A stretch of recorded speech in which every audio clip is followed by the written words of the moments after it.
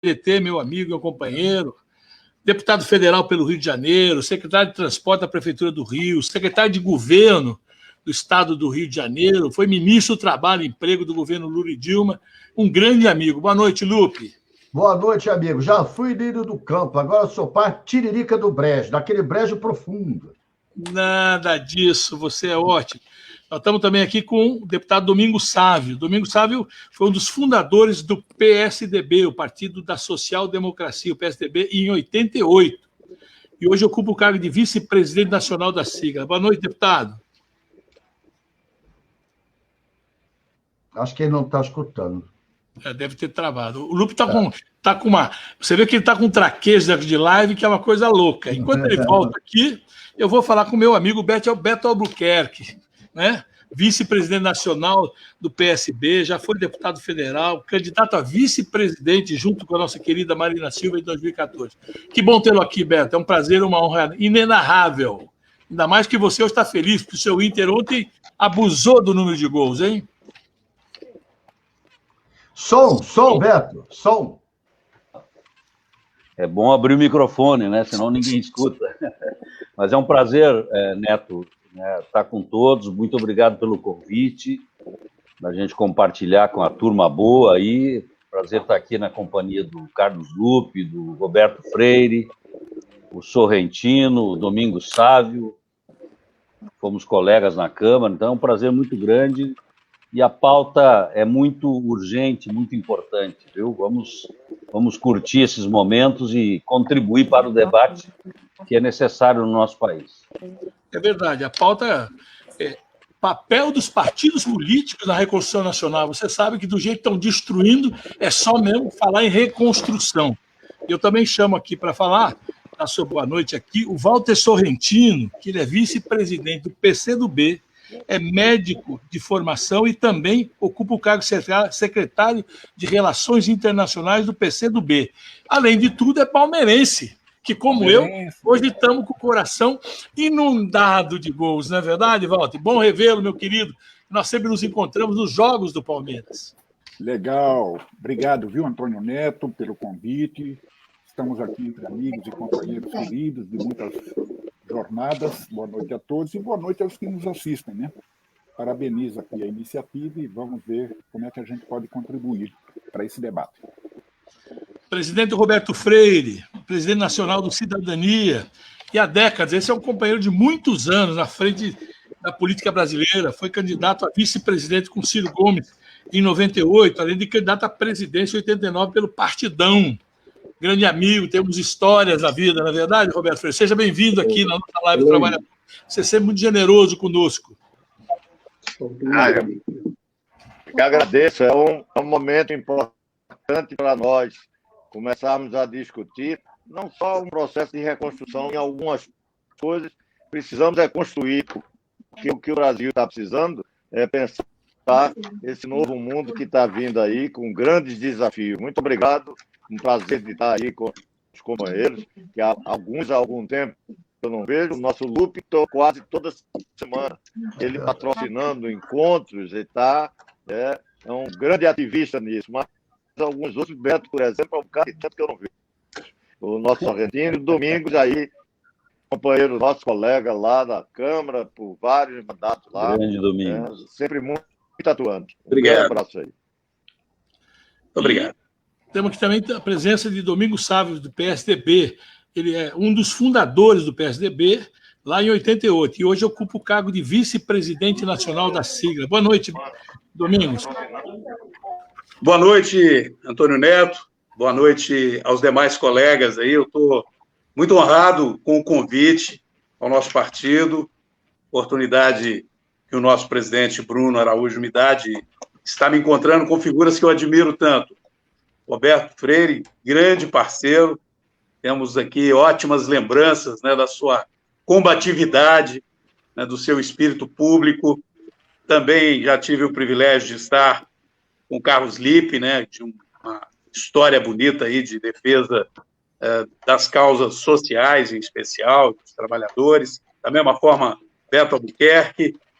Estou sentindo falta da Luciana, que vi dizer que estaria presente, não sei se ainda estará poderá estar conosco. Enfim, quero cumprimentar a todos vocês, Walter, agradecer a oportunidade e, concordando aí com o Roberto, com os demais, aproxima-se o Dia do Trabalhador e nós temos motivos de sobra para nos preocupar. A situação é extremamente preocupante, não só do ponto de vista de saúde pública, que essa, evidente, é a preocupação que está na ordem do dia com todos nós, o sofrimento que compartilhamos com o povo brasileiro, especialmente com aqueles que perderam entes queridos. Acho que todos nós, de alguma forma, já perdemos alguém, né? Perder aí praticamente 400 mil brasileiros é algo que, além de muita tristeza, acaba nos dando também muita revolta, porque a gente vê muitos equívocos que precisam ser corrigidos. Mas soma-se a isso esse ambiente de desemprego, de desalento, de aumento de pobreza. Então, esse chamamento que foi feito aí pelo sindicato e por vocês de debatermos o papel, a responsabilidade que temos enquanto partidos políticos, eu acho que é muito oportuna. Sem dúvida, poderemos aqui nessa noite, pelo menos, iniciar um debate que eu acredito que deve se alastrar por todo o país, até que a gente consiga encontrar os caminhos mais adequados, preservando o ambiente democrático, que eu acho que esse é talvez uma das primeiras missões dos partidos políticos, preservar a nossa democracia, que às vezes acaba ficando em risco em momentos de tanta turbulência, de tanta dificuldade. Mas é pelo caminho da democracia que nós deveremos encontrar a superação desses graves problemas nacionais. Estou à disposição dos colegas para trazer aqui a mensagem do PSDB de compromisso, de consciência de que temos uma responsabilidade para com o país nesse momento. Obrigado, deputado. Olha, há cerca de um ano, a gente deu início aqui a essa série de lives chamada Live do Trabalhador. Naquele período, né, a grande expressão que apareceu muito aqui era a tal do novo normal. Muitos chegaram aqui e repetiram essa história do novo normal, repetida aqui tantas vezes, em tom de otimismo, com um mundo novo que pudesse aí ressurgir a partir dessa pandemia. Aí chegou 2021 e a gente se deparou com um novo normal, entre aspas, assustador. Mortes foram normalizadas. Hoje em dia está se banalizando, infelizmente, né? A fome voltou a ser também normal no país e seguimos sob a batuta e vontade de um governo genocida, né? Como vocês, que têm essa responsabilidade de serem dirigentes partidários de alto calibre, de alto galão aí, enxergam os próximos meses na política e nas ruas? E, para além disso, podemos ter esperança de algo melhor para 2022 ou vamos seguir sem luz no fim do túnel? Eu quero começar essa rodada com o Beto Albuquerque e com o meu querido Lupe.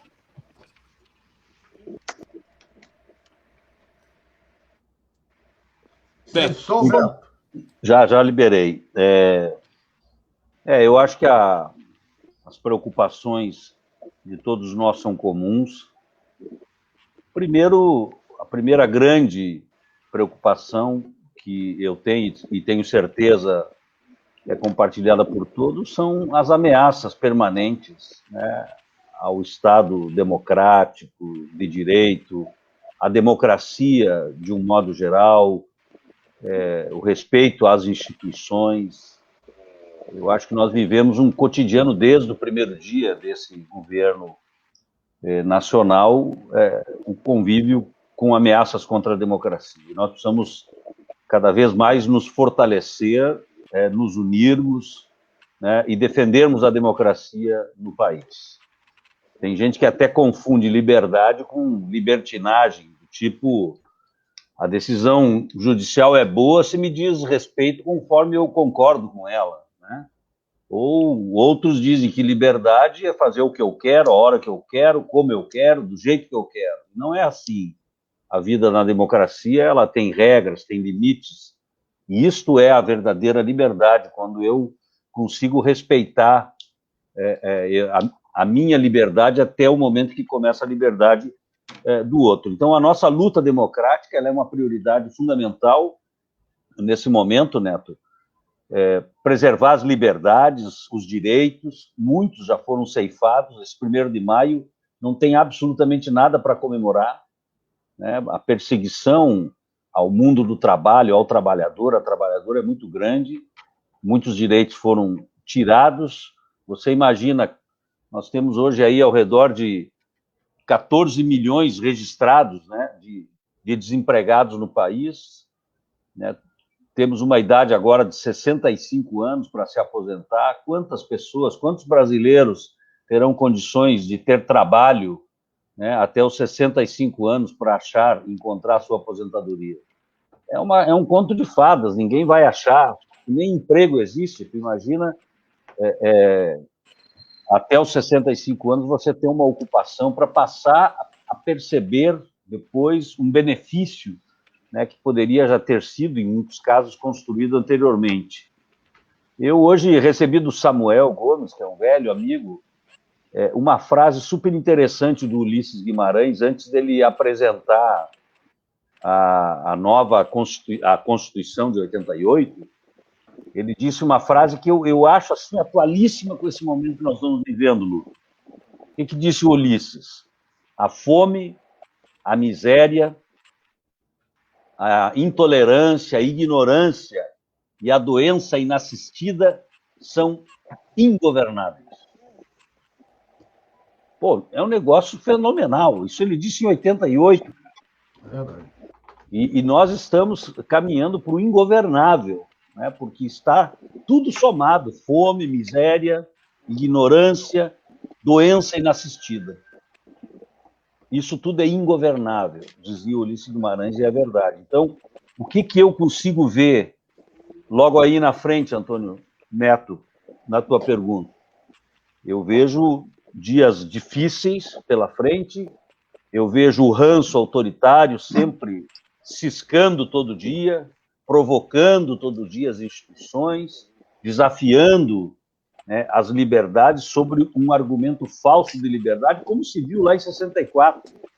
Né? Hoje ainda se fala de comunismo no Brasil para justificar os impropérios, né, as condutas inaceitáveis que temos visto daqueles que deveriam dar bom exemplo e, acima de tudo, acreditar na ciência, combater essa doença que destruiu, sem dúvida nenhuma, muitos lares do Brasil, né? Chocou o mundo, parou o mundo, botou de joelho a economia do mundo, botou de joelho o Covid, botou de joelho o sistema financeiro mundial, a economia mundial, e você tem um governo que até hoje brinca com esse negócio, nega a ciência,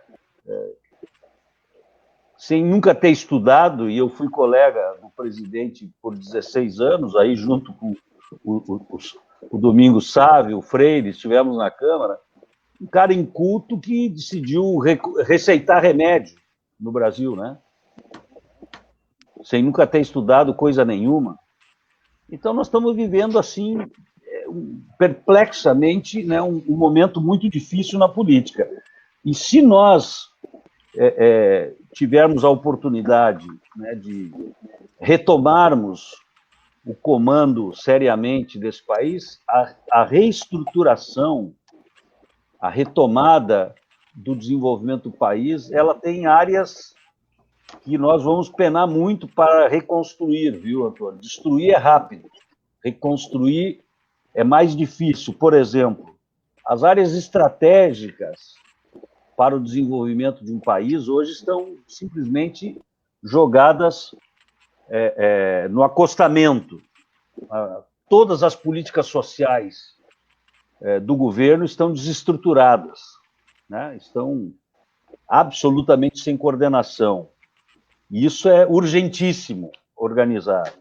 A questão da saúde se desestruturou, o conhecimento na saúde, a inteligência na saúde, né? Se tirou o técnico, se tirou aquele que pode ser do PDT, pode ser do PSD, pode ser do PSDB, mas o cara era um gênio, era um crânio, né, em vários setores do Ministério da Saúde. Os caras foram lá porque, se não é meu, politicamente, vai embora, né? E aí bota lá um cara qualquer para não coordenar absolutamente nada. Foi desestruturado o Ministério da Saúde por razões mesquinhas, politiqueiras, né, por parte do governo atual. A área de ciência, tecnologia, inovação e educação, ou nem se fala.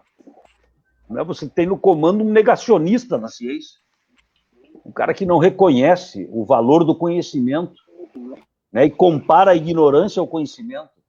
É terrível esse momento quando a gente tem que discutir o óbvio, né?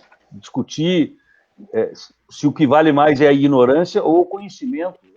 É um momento muito difícil. A nossa indústria brasileira afundou muito. O meio ambiente foi destruído, todos os órgãos de fiscalização no país foram destruídos, né, ou desestruturados, enfraquecidos, sem orçamento. Então, reconstruir essas bases de desenvolvimento não será muito fácil, mas eu acho que nós temos que lutar. Por isso, temos que lutar pela democracia, assegurar esses direitos, lutar por aquilo que nós sempre lutamos e construir uma vitória sobre tudo isso que aí está, né? Com a calma devida, com a estratégia devida, com a tática bem pensada, com muito diálogo, com muita calma nessa hora, para que a gente possa reconstruir o país. É o que eu tenho para introduzir o assunto. Mas não esqueçamos, a fome, a miséria, a ignorância e a doença inassistida são ingovernáveis. Palavras do doutor Ulisses Guimarães, antes de anunciar o texto da nova Constituição de 88. Muito bem, Beto, parabéns. Meu amigo Lupe, diga lá. Olha, eu tenho que seguir essa linha que o Beto, com a sua natural e habitual inteligência e brilhantismo, fala, acrescentando para a gente pensar que faz muitos anos, Beto, companheiro e amigo Freire, Sorrentino, Domingos, que nós não chegamos à véspera do Dia do Trabalhador, à véspera do 1º de maio, com tanto sofrimento, com tanto descaso, com tanto desrespeito à cidadania, com tanto desemprego, com tanta miséria, com tanta gente na rua pedindo alguma coisa de ajuda, e com tantos brasileiros e brasileiras morrendo pela incompetência, despreparo e ignorância do governante. Isso é muito grave.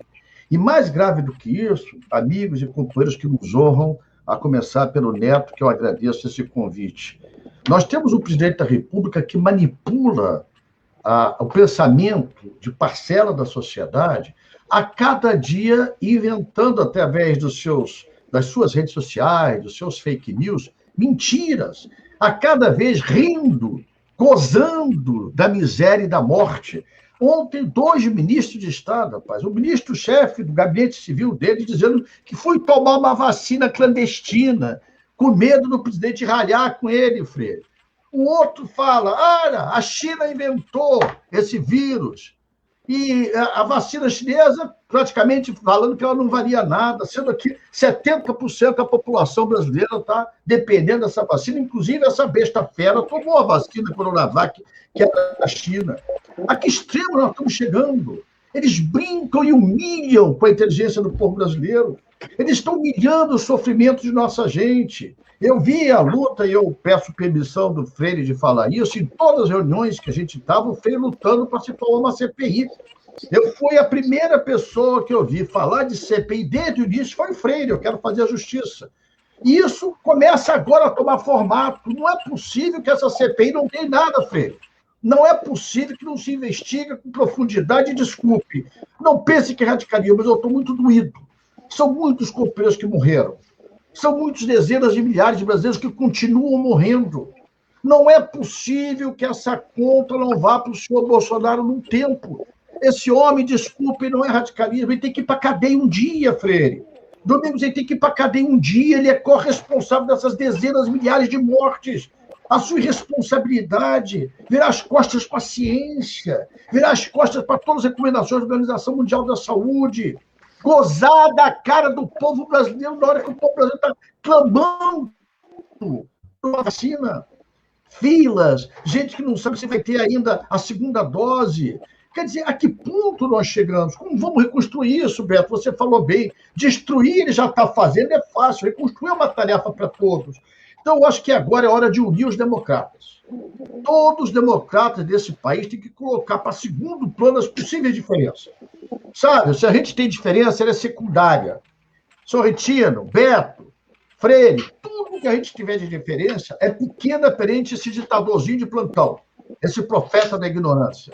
Primeiro, nós temos que garantir a sociedade, a democracia, garantir as instituições, a independência das instituições, fazer com que essa API investigue com profundidade, doia quem doer, com profundidade, e que os responsáveis por esse descaso que está tendo com o povo brasileiro sejam punidos exemplarmente, para aí a gente começar a reconstruir a nação que a gente sonha, cada um com a sua visão, cada um com a sua tendência de visão de mundo, mas respeitando principalmente as instituições democráticas, cada um no seu papel, o Congresso no seu papel, o Supremo no seu papel e o Executivo no seu papel. Né? Então, eu penso, seguindo a linha do Beto e não me alongando mais, porque eu não tenho nenhuma inteligência, nem o brilhantismo dele, eu acho que nós temos que trabalhar para elucidar, para esclarecer, para informar o povo brasileiro. Nunca mais do que hoje precisamos informar e educar nossa gente. Nós precisamos fazer o povo brasileiro entender o mal que esse cidadão está fazendo à nação. Nós precisamos falar para os nossos irmãos evangélicos que na Bíblia não está escrito odiai-vos uns aos outros. Na Bíblia está escrito amai-vos uns aos outros. Independente de qualquer religação, e até quem não tenha religação com esse Deus, com esse arquiteto disperso, com esse Oxalá, com esse Jeová, ou com qualquer ente que signifique o amor, a bondade, a generosidade. Nós não podemos continuar a bem da humanidade, a bem da vida, aceitar essa besta fera que está no poder, simplesmente virando as costas para a doença, virando as costas para a contaminação e fazendo simplesmente um descaso com a perda de milhares e milhares de brasileiros. É dolorido a gente assistir isso, Beto, Freire, Sorrentino, Domingos Sá. É doloroso, mas nós vamos resistir. Nós somos a resistência que garantiu a democracia, nós somos a resistência que vai continuar lutando pela essa soberania nacional, por uma pátria do povo brasileiro, com todas as nossas forças, e nesse momento todos temos que estar juntos no primeiro papel, que é garantir a democracia e derrotar Bolsonaro. E depois nós vamos ver como vamos caminhar. Obrigado. Muito bem, Lupe. Eu aprendi com o Lupe no café, que o Lupe vai ter o Café com o Lupe todo sábado às 10 da manhã, lá no Facebook. Veja, está até com a canequinha do Café com o Lupe ali. É o seguinte, vocês são prestigiados, vocês têm um prestígio danado, já está com mais de 1.500 pessoas assistindo em todas as redes cruzadas que a gente está passando aí. Hein, Lupe, como é que você fala? Vocês têm prestígio, hein, moçada? Está com prestígio. Mas ainda dentro desse caos que a gente está vivendo, eu quero saber do Roberto Freire, do Domingos Sá e do Walter Sorrentino, alguma coisa assim. Há muitos anos a gente não assiste tamanha unidade em torno de pautas por partidos dos mais diferentes espectros. Isso está acontecendo no movimento sindical também, viu? É bom vocês terem... que hoje a gente fez estão preparando o 1º de maio de uma unidade muito ampla da classe operária, das organizações. E, obviamente, isso é motivado por um período, né? Esse período que todos nós corremos, enquanto brasileiros, chamado Bolsonaro. Eu estou até querendo propor que a gente não fale mais o nome dele, falar esse presidente em exercício, porque a gente fica propagando esse diabo aí, fica um negócio ruim. Eu queria saber de vocês, acreditam que essa união pode perdurar por mais tempo, mesmo após vencermos esse presidente aí e seu projeto antidemocrático e genocida?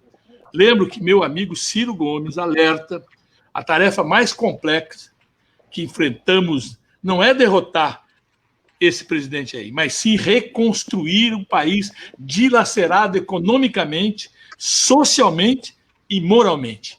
Eu queria começar com o Roberto, depois eu passo para o Domingo, depois vai para o Walter. Olha, eu acho que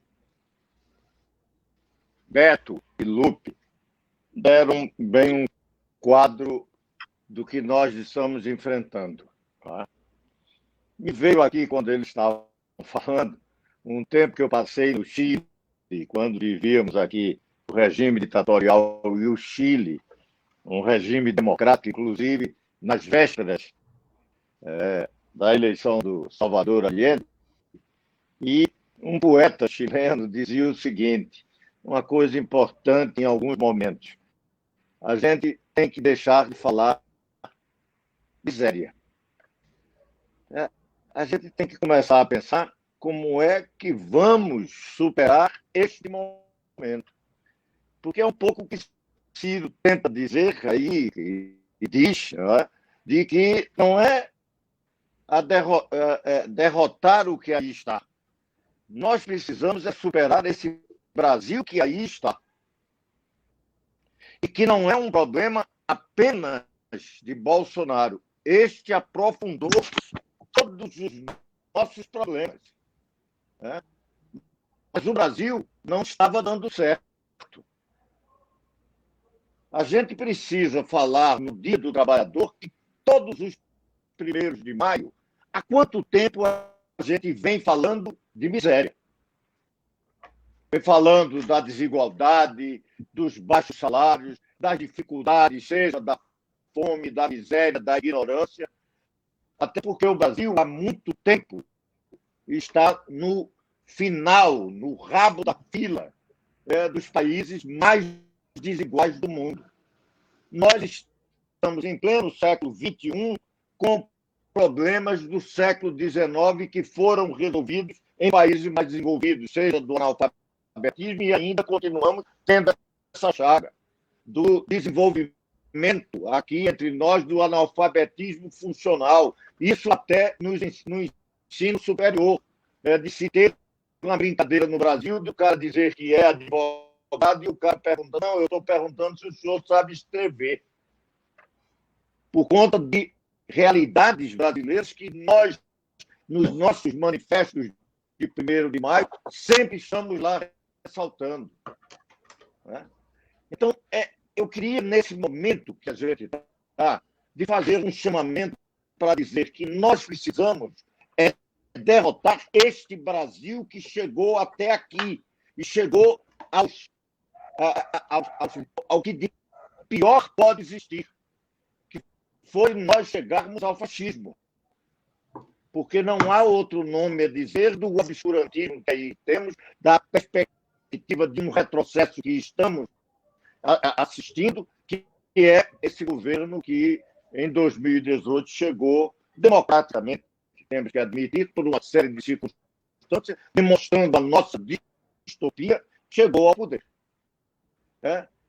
A gente precisa não apenas falar dos erros e equívocos, dos graves problemas, dos crimes cometidos pelo governo, o tratamento, inclusive, dessa infelicidade que atinge o mundo todo, que é a pandemia.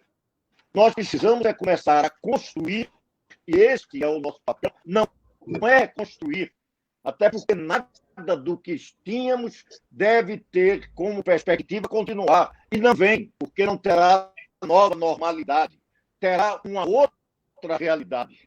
Nós vamos sair disso com um mundo totalmente diferente. Isso que nós estamos fazendo aqui, isso é algo que veio para ficar. Nós estamos, cada um no lugar do Brasil, e tendo essa capacidade que isto vai mudar as nossas comunicações, as nossas relações sociais, relações políticas, novas instituições vão ser criadas e precisamos começar a entender, inclusive, riscos de um desemprego desestrutural exatamente por conta desse processo de inovação tecnológica. E o Brasil precisa se preparar para este novo mundo. Então, esse momento agora é um momento de reflexão e de construção de que alternativa nós temos que ter. Nós podemos falar da miséria, claro, mas é importante aproveitarmos os nossos momentos, e aí é quando nós vamos, porque saindo de falar da miséria, nós nos encontramos todos. Consenso geral. O Brasil chegou a um fundo de poço. Precisa saber se ainda o poço é mais fundo. Mas o importante é a gente saber como sair disso. Como construir esse novo Brasil do século XXI. Inclusive, para dizer a nossa classe operária, em função de todo um processo, inclusive de sua diminuição, porque já atingimos o auge, já estamos na pós-sociedade de capitalismo industrial, em que há redução da classe operária, concretamente, e cada vez mais, um mundo em que vem a inteligência artificial, robotização, automação, e crescentemente, e não haverá retorno, nós não podemos ser ludistas da era digital, nós precisamos começar a entender esse mundo e como intervir nele, afirmando esses nossos valores, os valores que sempre, em 1º de maio, a gente, nos nossos manifestos, afirma. Uma sociedade mais justa, uma sociedade mais igual, uma sociedade mais fraterna, solidariedade internacional, toda uma visão que a gente sempre teve, que a esquerda, no mundo todo, foi vanguarda e que não pode ser hoje força reacionária. E corremos risco se ficarmos apenas falando sobre a miséria. É importante, tem que ter diagnóstico, mas eu quero, nesses momentos, eu tenho trabalhado muito para isso, é que esses momentos nossos a gente comece a pensar futuro, começar a pensar o que é que nós precisamos fazer. E eu não usaria o termo reconstruir. Nós precisamos construir, até porque o que nós tínhamos, não podia ser desmontado, desestruturado, tentar total desmantelamento, que é o governo Bolsonaro. Mas aquilo que nós tínhamos não era para continuar. Nós precisávamos mudar, e precisamos mudar, e mais ainda, porque o mundo novo está exigindo que a gente mude. Inclusive, o que é que significa uma classe trabalhadora, uma classe operária, nesse mundo do futuro que está vindo aí. Muito bem, é isso mesmo. É olhar para frente, com os erros do passado, apontando para o futuro com propostas novas para enfrentar esse novo momento. É por aí, deputado Domingos? Olha, eu estou tendo o privilégio de falar, depois de ouvir Roberto Freire, sempre combativo, mas ao mesmo tempo sempre inovador, conseguindo enxergar um pouco à frente.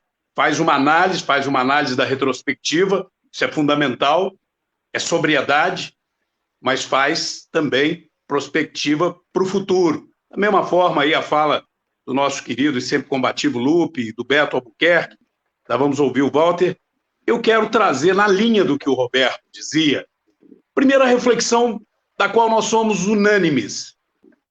A nossa primeira missão partidária é compreendermos que sem que seja pelo caminho democrático, nós estaríamos destruindo qualquer e todo projeto da construção de uma nação digna, civilizada e que tenha perspectiva de ter um povo de fato feliz. A começar pelo sentido da existência dos partidos. Só é possível no ambiente democrático. Fora disso, você tem toda e qualquer possibilidade de organização livre e democrática fica eliminada. Então, isso é fundamental.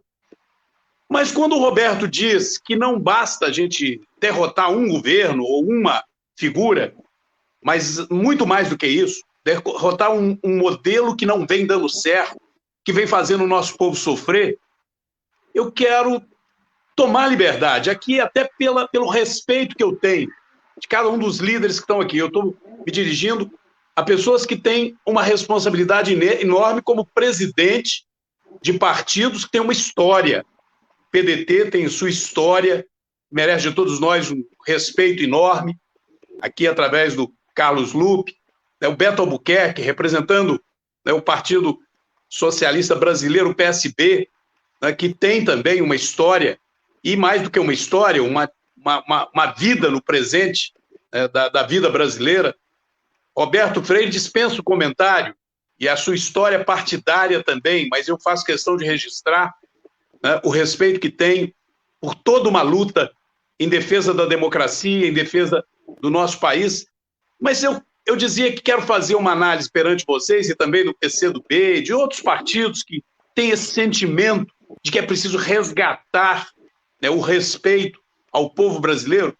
Nós, partidos, e aí eu começo pelo PSDB, temos que fazer uma autocrítica.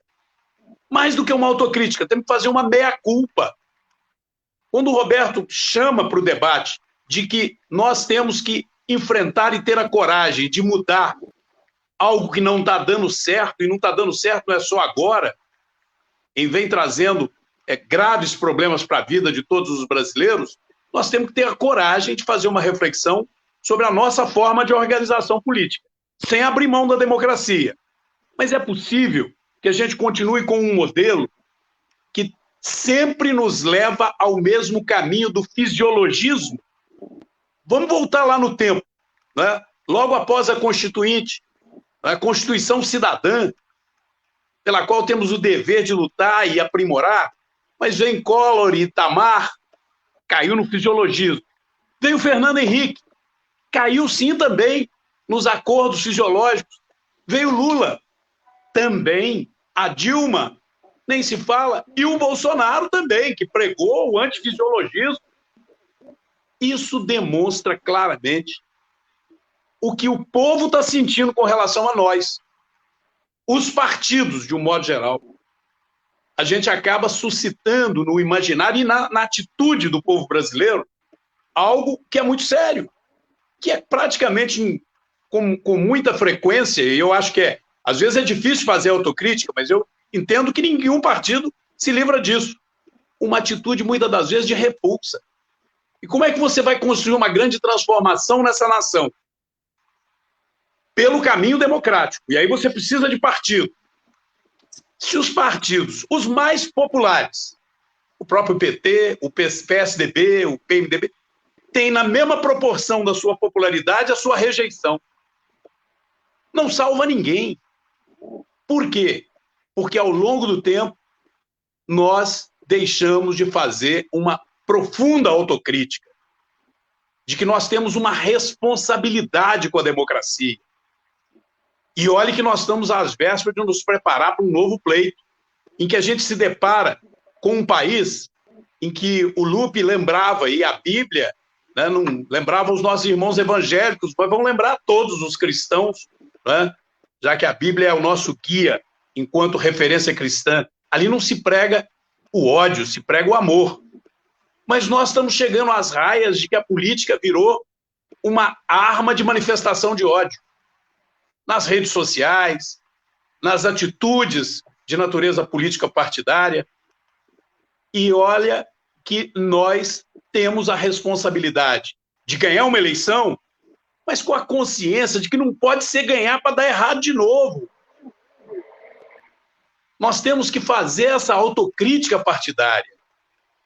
Sendo objetivo, Antônio Neto, mesmo fazendo essa análise dura, aquilo que você perguntava, há esperança? É claro que há. Porque graças ao esforço de muitos, e aqui entre nós, eu acho que todos contribuíram um pouco para isso. Eu talvez estivesse ainda ali engatinhando na política, lá no final dos regimes de exceção, de ditadura mesmo que nós vivemos, ficam aí tentando mascarar que não houve. Houve sim, não é? Houve sim. Não foi simples exceção, né? AI-5, tem gente hoje que proclama AI-5 como algo que pudesse voltar a ser uma alternativa, nunca foi alternativa.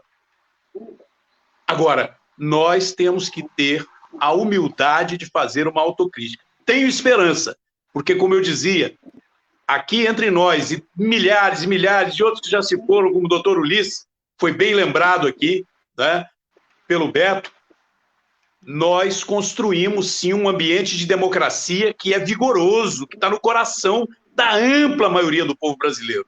Eu confesso para vocês que eu não esperava que no Brasil houvesse uma extrema-direita tão numerosa. Eu fiquei surpreso.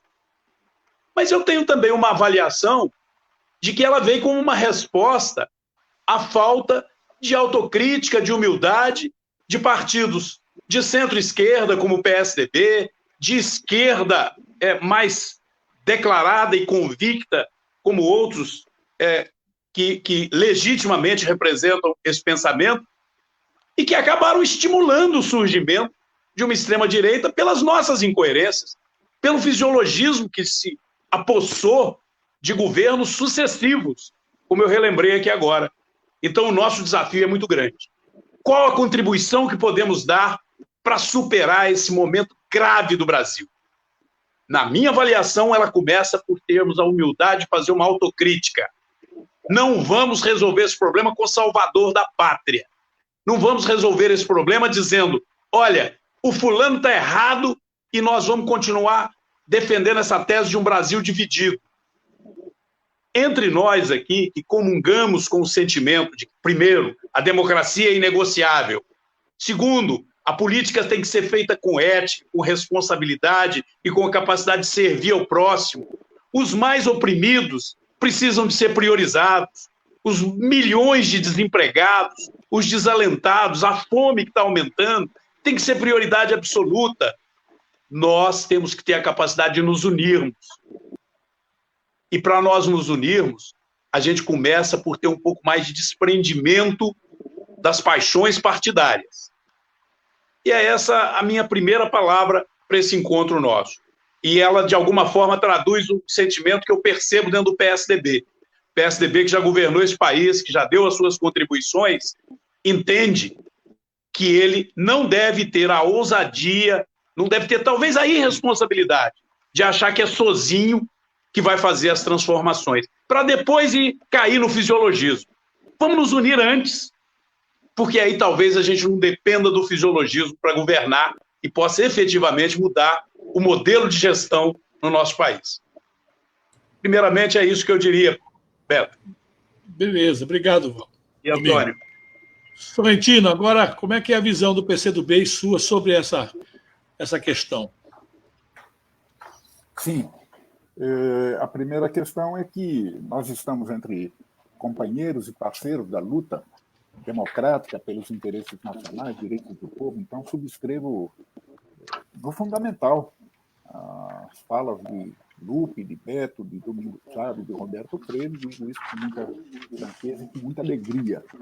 Eu reponho um lápis que cometi, porque o Domingos falou disso, a Luciana Santos, nossa presidente, participaria de fato, mas como vice-governadora, ela foi demandada agora à tarde, em função dessas problemáticas todas que envolvem a pandemia, inclusive a Sputnik, né? Então, ela pede desculpas, eu acho que eu saí no lucro, né, de poder estar com vocês, e vocês saíram no prejuízo. Mas vamos lá. Eu queria saudar calorosamente o 1º de maio, a luta dos trabalhadores, mandar uma mensagem de solidariedade às centenas de milhares, a solidariedade aos milhões, né, de familiares que foram mortos pela Covid. Eu acho que é um sentimento que a gente vai levar na alma por muito tempo ainda. Eu vejo assim, nós temos 3 vertentes hoje no cenário do país, 3 vertentes que são indesligáveis. A pandemia, o seu rastro trágico, né, que encontrou pela frente a sabotagem do governo, agravando a situação econômica e social do país e do povo.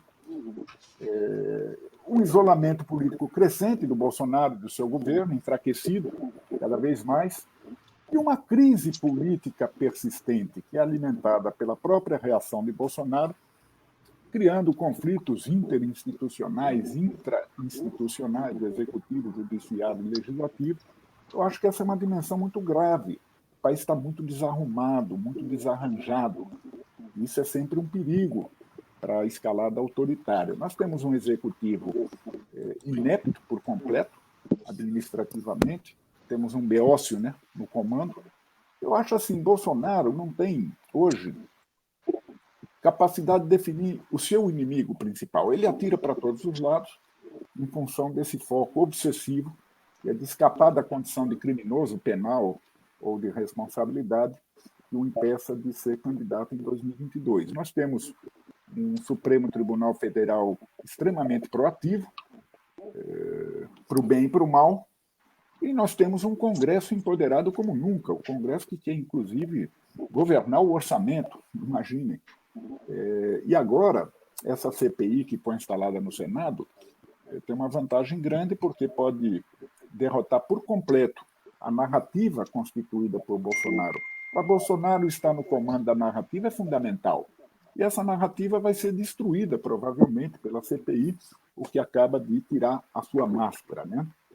E, claro, nós temos que registrar que nessa realidade, por motivos sabidos e outros não sabidos, para falar a verdade, não temos condições de movimentar o povo, de mobilizar o povo nas ruas como fator de pressão. Então, acho que nós estamos num processo ainda de acumulação, onde os desfechos dessas crises ainda são incertos.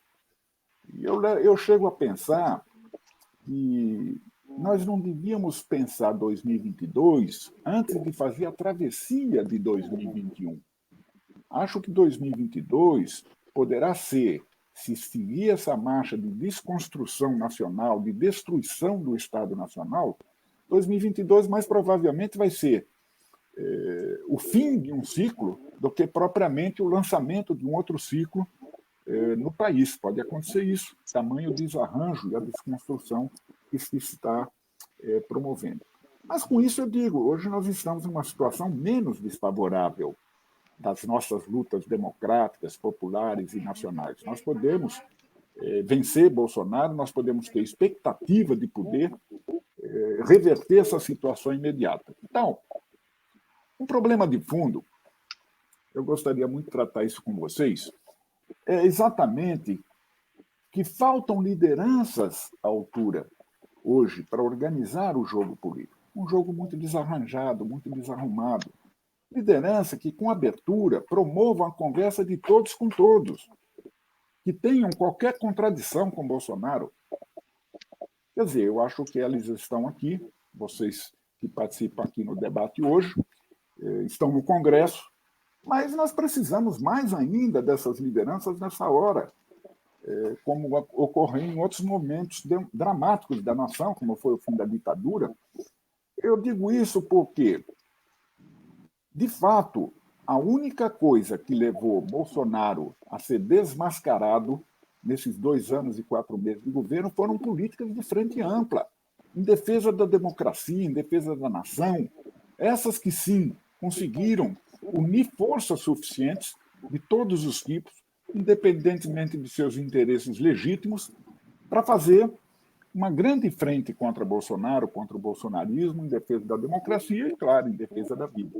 Então, eu acho que esse movimento nós devemos continuar para repor o pacto democrático, reconstruir as condições para que a gente possa fazer uma disputa legítima e avançar num novo projeto nacional de desenvolvimento. O Roberto Freire fez menção a isso, o Ciro Gomes brilhantemente defende uma ideia desse tipo, o PCdoB também é um projeto nacional de desenvolvimento. Não sei se, como disse, se sendo mais um fim de ciclo, que a gente tem que reconstruir as destruições que foram feitas, se o processo vai ser exatamente esse. Nós devemos trabalhar para isso, porque os brasileiros querem esperança. Nós temos que ter capacidade de tirar o país da crise. E, antes disso, temos a travessia de 21, para unir forças contra o inimigo principal, contra o adversário principal. E, claro, fazer o esforço depois, junto, depois de a gente ver como tira o país da condição cada vez mais semiperiférica, que a gente está ocupando no mundo hoje, cada vez mais distante dos grandes lances do desenvolvimento, da afirmação nacional, dos interesses nacionais, para dar esperança para o povo, a gente precisa das duas coisas, a travessia de 21 e montar com o maior número de forças possíveis, e vou terminar por aí, para depois comentar o tema do partido numa outra rodada. O Brasil, sempre que encontrou momentos dramáticos assim, não superou esses momentos por qualquer partido que seja. Nenhum partido hoje tem condições de liderar essa rota que nós estamos discutindo aqui.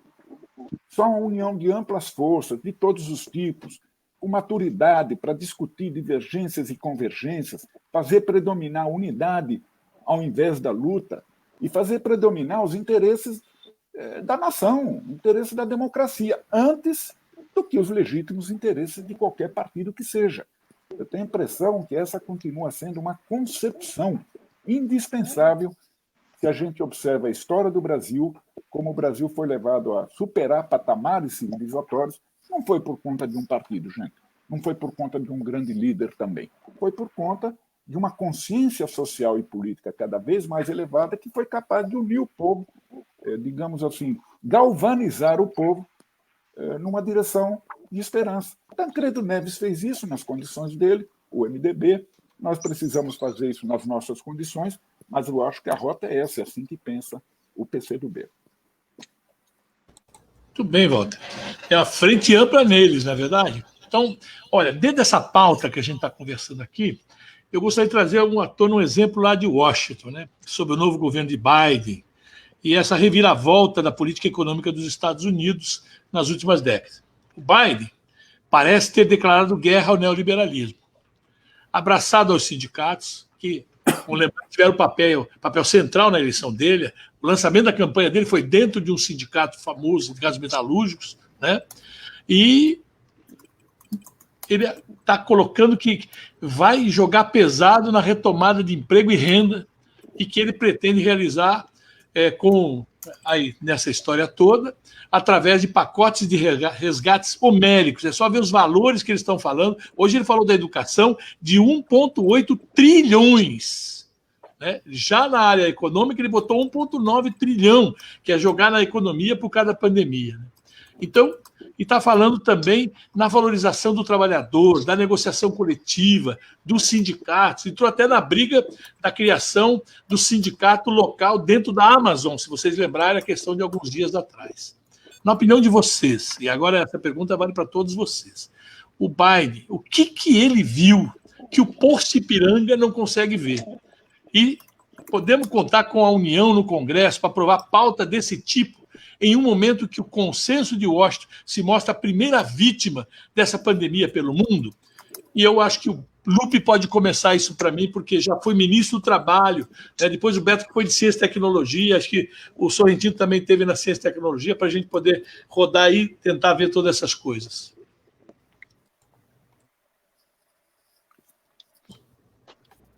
Amigo, já liguei. Amigo Neto, os temas são muito profundos, né? Não dá para a gente simplificar. Mas eu vi nos meus companheiros que com muito mais inteligência do que eu conseguem fazer análise, que a crise não é só de partidos, é também de partidos. Nós temos uma crise da sociedade, nos valores da sociedade. O capitalismo fez uma devassa do sentimento à solidariedade humana. A solidariedade hoje não existe mais. A gente está caminhando nessas vidas aí, por isso, por aquilo. Outro dia, indo no supermercado, um rapaz, eu de máscara, um rapaz de bicicleta, entregador, quase me agrediu porque eu estava de máscara. Me chamou de bobo, de babaca. A que ponto nós chegamos? Eu estou dizendo isso por alguma ofensa, quem quer que seja? Não. A crise é mais profunda. A crise são de valores. A crise são de valores, principalmente de valores humanistas. Valores da solidariedade humana. Valores que façam as pessoas entender que não adianta aqui no meu Rio de Janeiro ter 200, 300 mil pessoas nas praias achando que não vão ser contaminadas e levando essa contaminação para dentro de casa. E depois, agora, se vocês todos perceberem isso e vocês sabem disso, que hoje a faixa etária de quem está mais sendo atendido dentro dos hospitais é a faixa etária mais baixa, a média de 35, 40 anos. Isso é crise da sociedade. Os partidos nada mais são do que reflexo da sociedade. O Bolsonaro não chegou ali, irmão, porque ele caiu do céu. O povo votou nele. Então, a gente tem que refletir isso com profundidade. A gente tem que refletir porque, às vezes, no fundo do poço, eu era guri quando era metido, viu, Beto? Metido que eu nunca consegui ser. Mas metido a poeta, eu dizia assim, no fundo de poço se encontra a água, e a água é fonte da vida. Infelizmente, nós temos que ir para o fundo do poço para encontrar a fonte da vida. Quando Biden ganhou a eleição do Trump, ele começou a ter uma esperança, é um pouquinho isso que o Freire falou. Nós temos que ter esperança, nós temos que olhar o que construir. O Biden representa isso, não é que ele é um homem de centro-esquerda, um homem progressista, não, mas ele impediu a continuidade de uma desgraça que era o Trump. Os primeiros atos dele de reconciliação com a humanidade, de quebra do muro, uma fronteira com o México, de reconciliação com os países e com a Carta da ONU, da OEA, tudo isso mostra a sensibilidade humana. Então, nós estamos tendo a oportunidade de resgatar isso. E para ter profundidade, resgatar isso com verdade, com sinceridade, eu só vejo um caminho, eu aprendi isso com o professor Darcy Ribeiro, com o líder da minha vida, Leonel Brizola. Só a educação salva a nossa gente. Só a educação emancipa, liberta, organiza, dá consciência, dá cidadania. Isso é projeto de médio e longo prazo, amigo Neto, deputado Domingos Sávio, Walter Sorrentino e Freire. Nós não podemos ter um projeto só da próxima eleição. Nós temos que ter um projeto para a próxima geração de brasileiros. E o grande debate que nós temos que fazer não é que o PSDB tem um candidato, qualquer um que seja será respeitado e bem-vindo, o PSB pode ter, o PCdoB, o Cidadania. Quais são os projetos de cada um para o Brasil? O que nós propomos para esse Brasil da manhã? Né? Eu defendo um projeto, né? Um projeto nacional alimentista defendido pelo Ciro, começa na década de 30 com Vargas. Vargas, com erros que ele possa ter tido, como todo ser humano erra, ele foi quem pensou primeiro um projeto de nação. Ele quebrou a política do café com leite e começou a pensar o Brasil industrial. Nós temos que pensar o Brasil agora na tecnologia de ponta, amigo Neto. Nós não podemos ver um chip de um celular valer mais do que uma arroba de boi. Nós não podemos assistir a Coreia exportando produtos de alta tecnologia e nós estamos felizes da vida apenas exportando produtos agrícolas, minério, carnes bovinas, suínas e de frango, que são importantes, que sem alimento ninguém vive. Mas olha como é importante a tecnologia. Todos os insumos que alimentam o boi e as vacinas, tudo é importado. Onde nós vamos? Que Brasil nós queremos? Essa, para mim, é a grande discussão. Você tem razão, sabe? A gente analisar os nossos erros. Se nós chegamos aqui é porque erramos, cada um na sua proporção, cada um do seu jeito, cada um na sua má-fé, ou na má-fé, erramos. Ok. Agora, o que está aí é bem pior do que os nossos erros. Vamos dizer a verdade. Essa sanha direitista, esse ódio, esse alimento da ignorância do nosso povo, esse desrespeito à democracia. Gente, nós não podemos ver isso e achar que está tudo bem. Nós temos que fazer esse combate com veemência. Às vezes, um cidadão, só com um soco na boca do estômago, percebe que não comeu durante o dia. Nós temos que berrar, alguém tem que falar isso. Nós não vamos continuar uma sociedade amanhã, plural, democrática, respeitando as visões, se passar desapercebido pelo povo brasileiro, esse cidadão que, para mim, tem que ir para a cadeia. Eu não vou descansar enquanto não ver o senhor Bolsonaro na cadeia. É a minha visão, é o meu direito como cidadão, porque ele fere a cidadania, porque ele agride a liberdade democrática, porque ele está levando e é sócio da morte de quase 400 mil brasileiros. Não é retórica que eu estou falando, é sentimento. Então, nós temos que aprofundar que Brasil nós queremos. Independe do presidente da República, eu gostaria que fosse o Ciro, eu torço por ele, trabalho para ele, mas pode ser o do PSDB, pode ser o que o Freire indicar, sendo indicado por ele, qualquer um será bom, porque ele tem história, tem bagagem, tem compromisso com a nação, tem honestidade, tem integridade moral e ideológica, pode se divertir, mas tem. Pode ser do PSB, pode ser do PC, qualquer que seja o nome, qual é o projeto para o Brasil? Que Brasil nós queremos? Como nós vamos falar? A educação é bom, todo mundo é a favor da educação, eu quero saber do orçamento. Quanto de dinheiro vai botar na educação para salvar nossas crianças? Aí é que é a discussão. A discussão verdadeira de um projeto de governo é o orçamento. Aonde vai estar o orçamento? Aonde vai estar o dinheiro público? Vai ser só em programas especialistas, que é necessário. A gente sabe que o povo precisa comer. A gente sabe que é necessário o Bolsa Família, mas o Bolsa Família não é a solução final, é intermediária. A solução é fazer com que o cidadão que hoje dependa do Bolsa Família, amanhã não precisa depender. Senão nós criamos uma sociedade falsa, demagógica, mentirosa. Eu não estou fazendo crítica a A ou B, eu estou dizendo o que eu penso. Que fazer? Qual projeto? Que país nós queremos? Como levar esperança? Esperança, essa palavra mágica, como levar esperança? Esse é o nosso desafio. E todos nós erramos, todos. Eu faço a minha culpa dos meus erros, que são muitos. Se eu começar hoje, eu vou levar o ano todo só para falar dos meus. E todos nós do campo popular fizemos os nossos erros, mas eles estão errando mais. Desculpe a falta de modéstia coletiva, porque nós estamos do outro lado. O que essa gente está fazendo com o povo brasileiro no meio de uma pandemia é criminoso. Isso não pode passar como se fosse um ambiente tranquilo e democrático normal, com mais um erro. Não é, não. Não é mais um erro, não.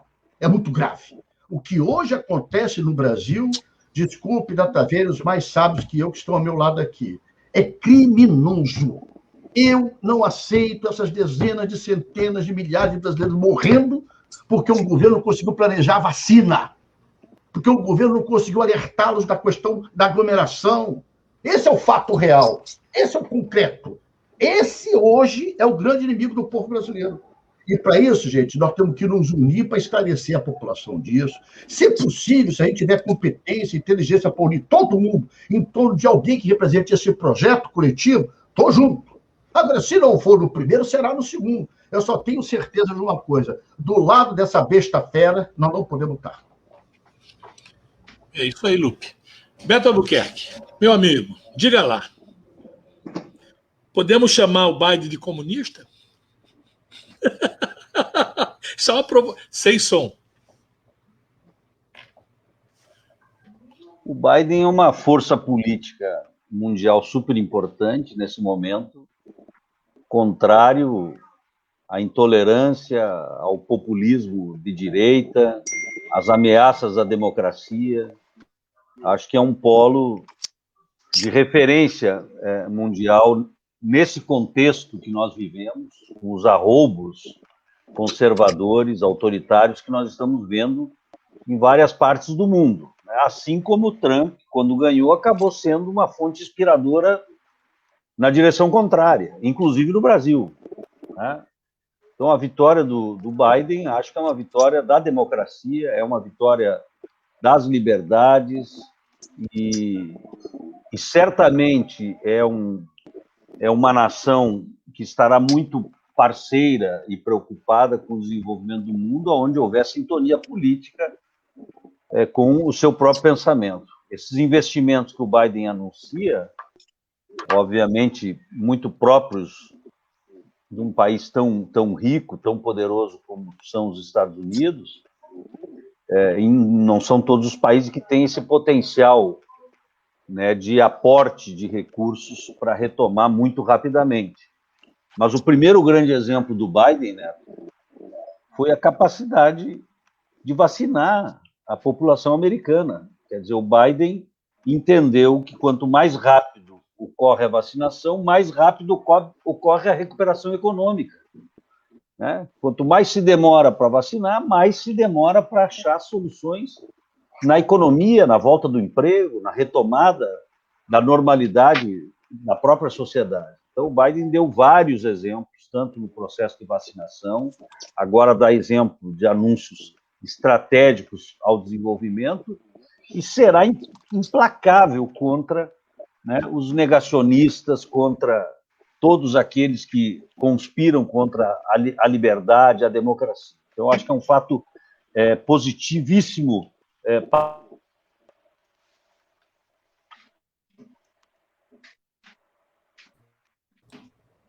Você fechou seu som.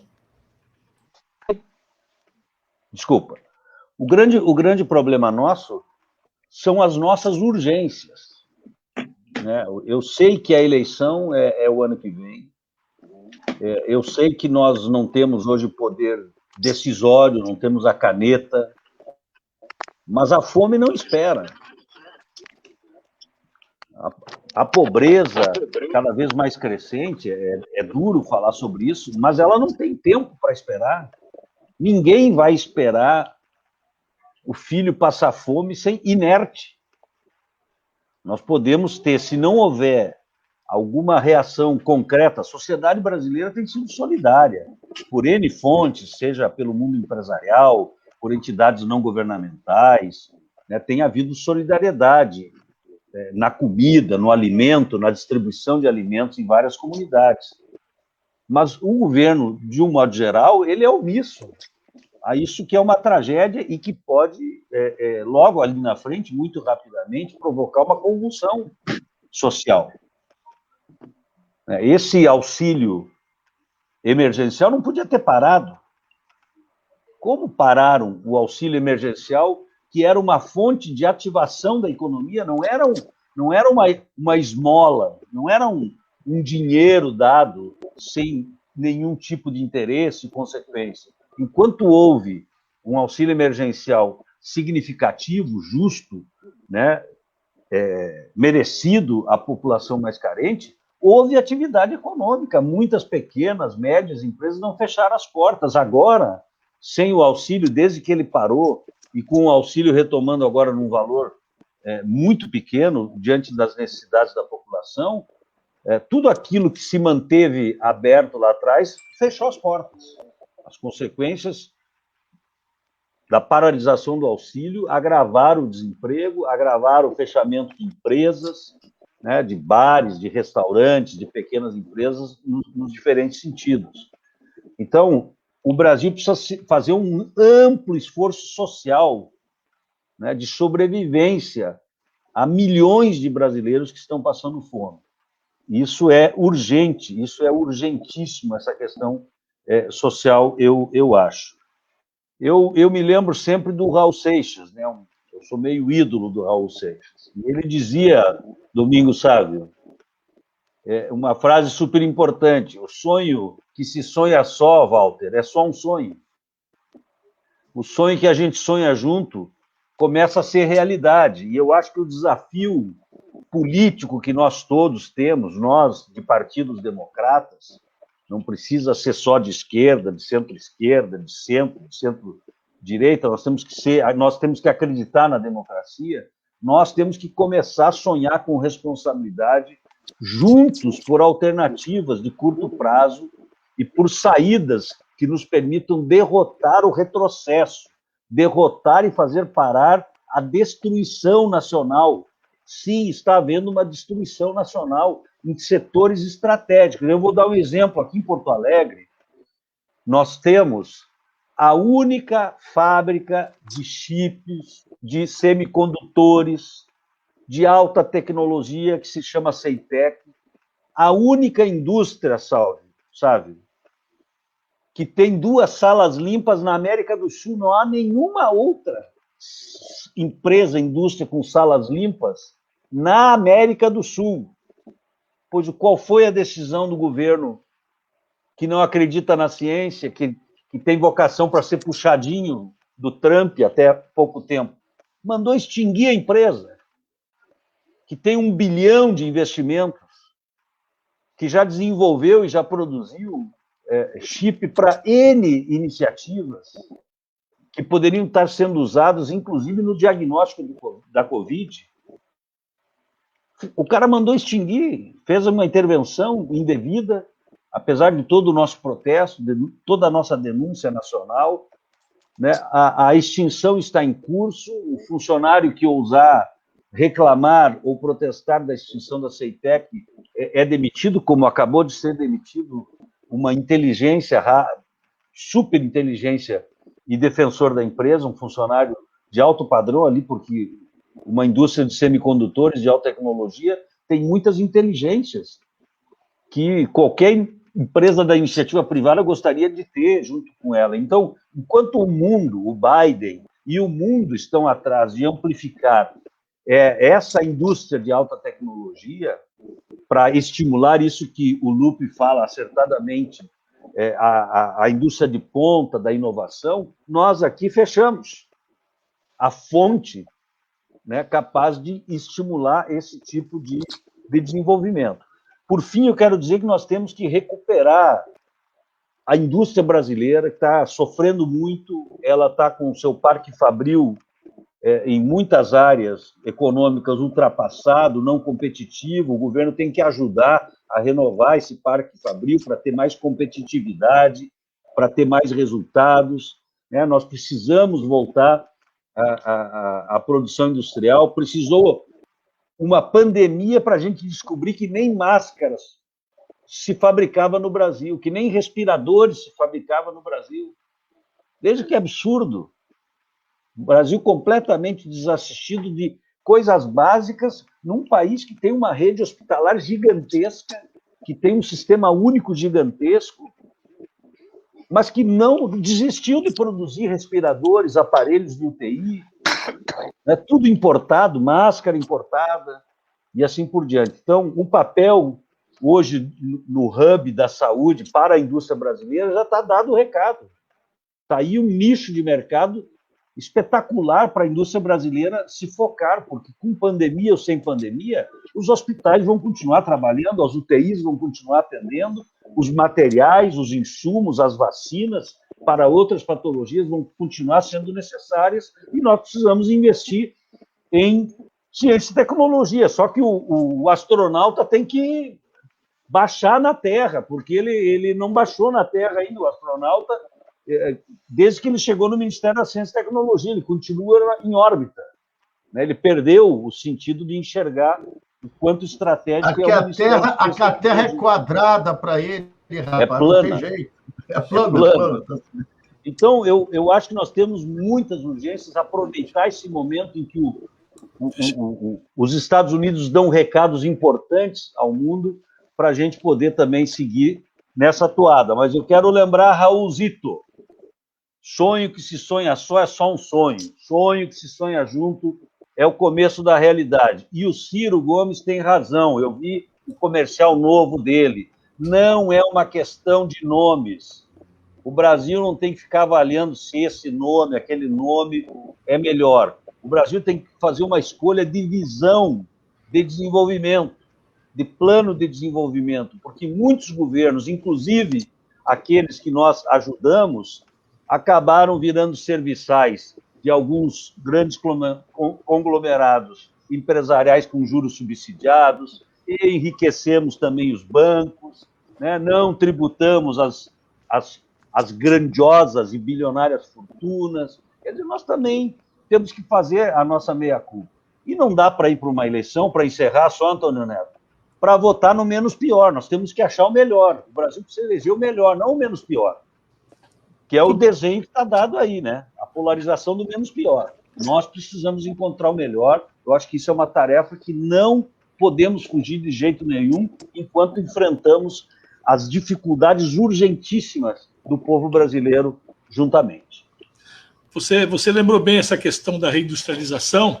Só no complexo de saúde, o Brasil gasta 29 bilhões de dólares. Quer dizer, compra governamental daria para sustentar toda a indústria nacional nesse setor. Totalmente. Que nós passamos. E segundo, é bom lembrar o velho Arraiz. Ministério da Ciência e Tecnologia é o Ministério da Pátria, não é verdade?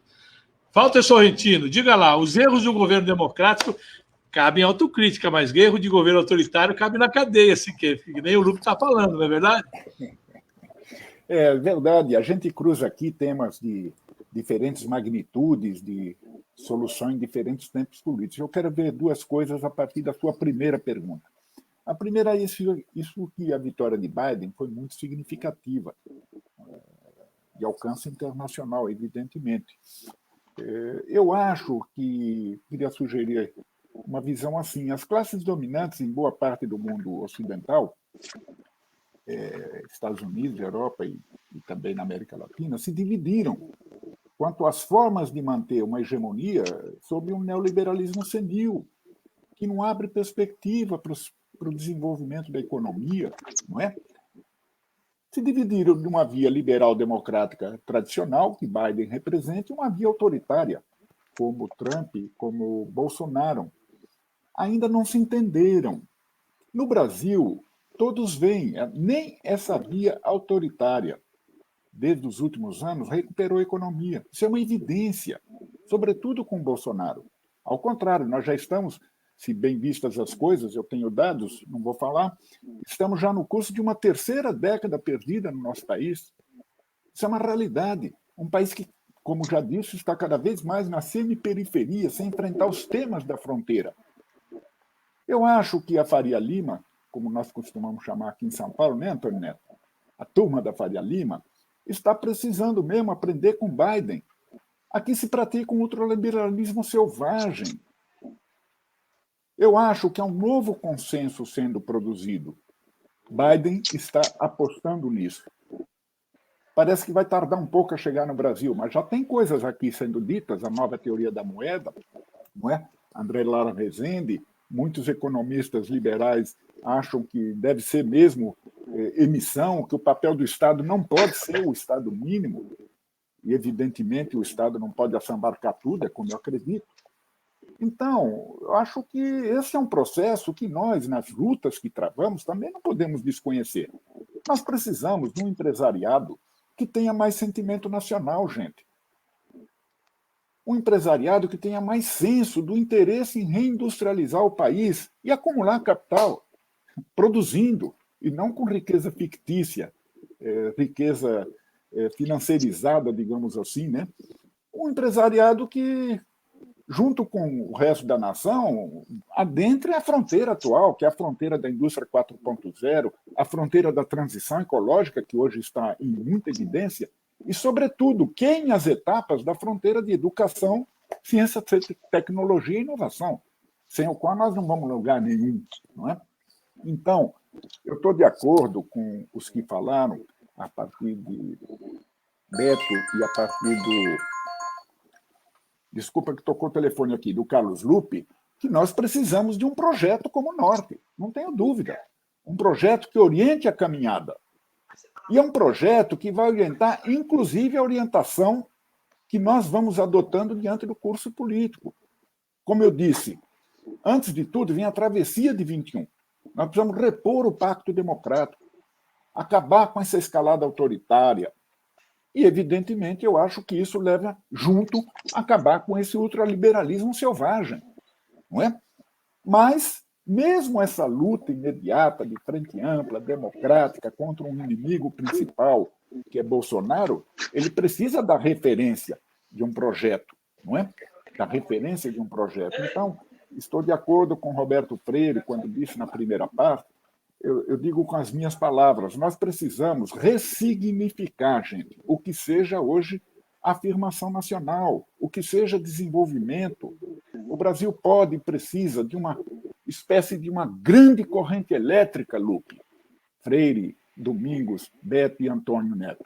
Uma grande corrente elétrica, para isso precisa ser perpassado por uma forte corrente elétrica, que crie digamos, um forte campo magnético para galvanizar o nosso povo, todos os setores da sociedade, a maioria da sociedade em direção a um novo patamar civilizatório, democrático, progressista, humanista, solidário.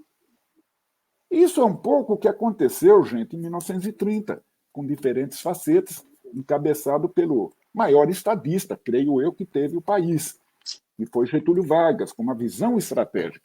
As décadas de 1910 e 1920 foram décadas de efervescência no país, estava tudo pegando fogo, levantes, explosões culturais.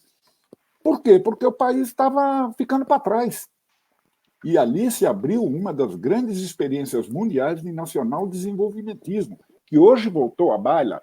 Quando você fala de Rússia, você fala de Turquia, você fala de México, você fala da Índia, para não falar da China, que é a campeã desse treco todo, que é socialista, mas a China não está fazendo isso como demarcação socialista. A China está fazendo isso como afirmação nacional, porque é essa a realidade do mundo hoje. Isso é muito importante. Acho que nós podemos ter isso, uma grande corrente elétrica. E isso não vai partir do andar de cima, gente, lamento. Vai partir desses segmentos majoritários da sociedade brasileira, os trabalhadores, a classe média, os intelectuais. Nós precisamos nos juntar. Isso significa, e vou terminando, que os partidos não são secundários. Os partidos são indispensáveis para isso. Agora, nós estamos numa luta onde se faz a desmoralização dos partidos, se prega a noção de antissistema, se nega. É claro que os partidos também dão razão para isso, mas é preciso, gente, compreender que existem partidos programáticos, como os que estão aqui, PSB, PDT, Cidadania, PSDB, PT, não posso deixar de dizer, claro. Esses partidos precisam enfrentar a ofensiva desencadeada desde 2013 pela desmoralização da atividade política, do sistema político e dos partidos políticos. É claro que isso precisa, né, Domingos Salve? Você coloca bem, também uma regeneração dos partidos. Mas esses partidos que estão aqui, que eu citei, são partidos programáticos. É preciso enfrentar essa ofensiva. Agora quer se mudar a legislação eleitoral de novo. É uma legislação para ampliar a autonomia e liberdade dos partidos políticos ou restringir essa autonomia? É uma reforma que pretende democratizar mais o sistema político partidário ou restringir e elitizar mais o sistema partidário? Gente, nós estamos numa situação que não existe no mundo inteiro. Quero provocar vocês. Provocar. Os partidos são autônomos, segundo o seu programa, seu estatuto. É o único país do mundo que eu saiba que se proíbe de fazer alianças, a não ser as majoritárias, que é um problema próprio de cada partido, de autonomia partidária e de liberdade partidária. E é uma premissa democrática inalienável. É inalienável, quer dizer, isso não é um problema do interesse de um partido. É uma premissa democrática e nós estamos tendo que engolir isso. Vocês sabem, nós do PCdoB nos batemos pelas federações. As federações são um sucedâneo de alianças eleitorais organizadas, com sentido nacional, com sentido de duração pelo tempo de uma legislatura, não é apenas um estratagema para enganar o fim das coligações. Hoje, no Brasil, você tem 3 grandes barreiras. Você tem já o quociente eleitoral, você tem a cláusula de desempenho e você tem o fim das coligações. É só cego não ver. É para transformar esse sistema político, eleitoral, partidário, em 5 ou 6 ou 8 grandes legendas que pretensamente representariam todo o espectro ideológico do nosso país, grande país.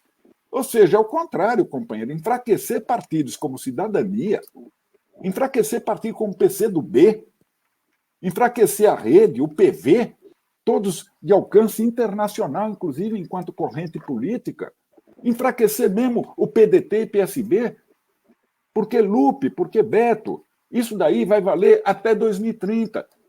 Não é simples superar esse desafio. Não vamos ficar com o sentimento de que isso é reclamação de partido pequeno. Eu sou pequeno, mas sou digno, honrado, sei o que quero para o Brasil e dou minha contribuição, eu como partido. E daí? Por que eu tenho que ser extinto? Por que eu tenho que ser subtraído do cenário partidário? Essa é uma questão democrática, gente, que vai atingir todos nós, insisto, todos nós. Vai sobrar 8 partidos aí, um PT e mais uns 6 ou 7 ali da elite. Não dá, companheiro. Não dá. Eu acho que nesse sentimento democrático nós devíamos incorporar também a ressignificação da política. É por aí que eu termino. É uma palavra simples de dizer, aparentemente difícil, mas cheia de sentido. Ressignificar a política, e nossos partidos ajudam a ressignificar a política. E por que nós deveríamos ser atingidos? Isso faz parte de uma ofensiva, de uma escalada autoritária. Então fica aqui também a provocação, porque afinal, Antônio Neto, o tema era sobre partidos. Então já aproveitei aqui e já entrei no assunto. Um abraço. Perfeito. Deputado Sávio, como é que o senhor está vendo essa quebra do consenso de Washington e a necessidade da participação cada vez mais pujante do Estado dentro da nossa economia? Liga seu som, Sávio. Seu som. Som. Você desligou de novo. Está desligado ainda, viu, Domingos? Agora. Pronto. Agora sim. Agora sim. Desculpem, é que eu tinha desligado, tinha um pouco de ruído aqui, mas eu inicio dizendo que não só festejei a vitória do Biden, como eu estou enxergando também que isso tem repercussões positivas no ambiente democrático, nas perspectivas da humanidade, né? Basta citar um pequeno exemplo, né, mas que é de um significado muito grande para esse momento. Não só a competência, a responsabilidade, né, de superar, de dar uma volta de 360 graus na questão lá do negacionismo e praticamente resolver o problema de vacinação. Essa semana anunciou a doação de as primeiras 60 milhões de doses de vacinas. É um país com a dimensão dos Estados Unidos já doando vacinas para outros países, num gesto realmente de responsabilidade cívica, o que a gente não via, pelo contrário, né, no que representava aquela importante nação há poucos meses. Mas nós vamos discutir o Brasil. Eu não posso deixar de fazer um comentário, primeiro, de respeito ao PCdoB, porque, embora eu me preocupe com essa proliferação exagerada de partidos, Walter, que realmente é a razão de se buscar alternativas que não permita que a gente continue tendo uma indústria partidária, né? Isso é bem diferente do tratamento que se deve dar a partidos como o PCdoB e outros que você citou, que tem sim uma linha programática, uma história, bandeiras, coerência, né? E que é preciso de se ter mecanismos que respeitem essa alternativa. Agora, é preciso conciliar isso com alternativas. Eu citei o PCdoB, mas poderia elencar vários outros aqui. É preciso também ter mecanismo de que nós não nos tornemos refém, né, dessa verdadeira indústria partidária que contribui para o fisiologismo, para a negociata, para a deformação absoluta da política, a ponto de fazer com que nós que representamos, devemos representar a esperança e sermos os guardiões da democracia. Quando eu fiz a provocação de fazermos uma autocrítica, é justamente porque eu não tenho dúvida. Vocês se lembram, eu dizia, o nosso primeiro papel é sermos guardiões da democracia. É garantir que um momento terrível como esse que nós estamos vivendo seja vencido, superado pelo caminho democrático. E aí é preciso partidos, mas partidos que representem uma linha de fato ideológica, e não partidos que têm um dono, né? No Brasil é assim, né? O partido fulano é do dono, o fulano de tal é o dono, né? Negocia, literalmente, né? Vende, né? Não só apoio na hora das eleições, mas o voto no plenário. Então, isso é nojento, é repugnante.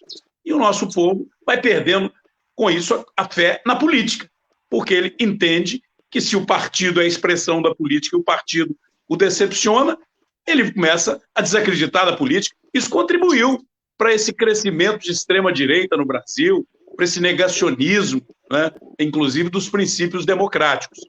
Mas eu quero dizer, repetindo aqui o que alguns falaram, acho que foi o Lipe que comentou, o Beto disse, os nossos pontos de convergência, esse debate aqui acaba sinalizando isso, os nossos pontos de convergência são muito maiores e muito mais significativos para o futuro do Brasil do que as nossas eventuais divergências, né? E eu acho que isso nos remete também ao que eu sou também fã do nosso Raulzito, Beto, nos remete à questão de que nós temos que sonhar juntos, né? Mas com aquilo que o Lipe dizia, com um programa para o Brasil. Nós precisamos de ter não só a capacidade de identificando a gravidade do que nós vivemos, começando por essa coisa terrível de ver o país está perdendo uma cidade por dia. Minas Gerais, um estado com 853 municípios, nós temos a ampla maioria, 80% dos municípios com menos de 5 mil eleitores, dezenas de 212 ou 220 municípios com menos de 5 mil habitantes. Nós estamos perdendo mais de 3 mil brasileiros por dia, né? É algo inaceitável. Não dá para dizer que isso é assim mesmo, ia morrer. Não, não é assim não. Isso é doloroso, são milhares e milhares de pessoas sofrendo nesse momento, numa situação de desespero, né? E nós temos que reagir a isso.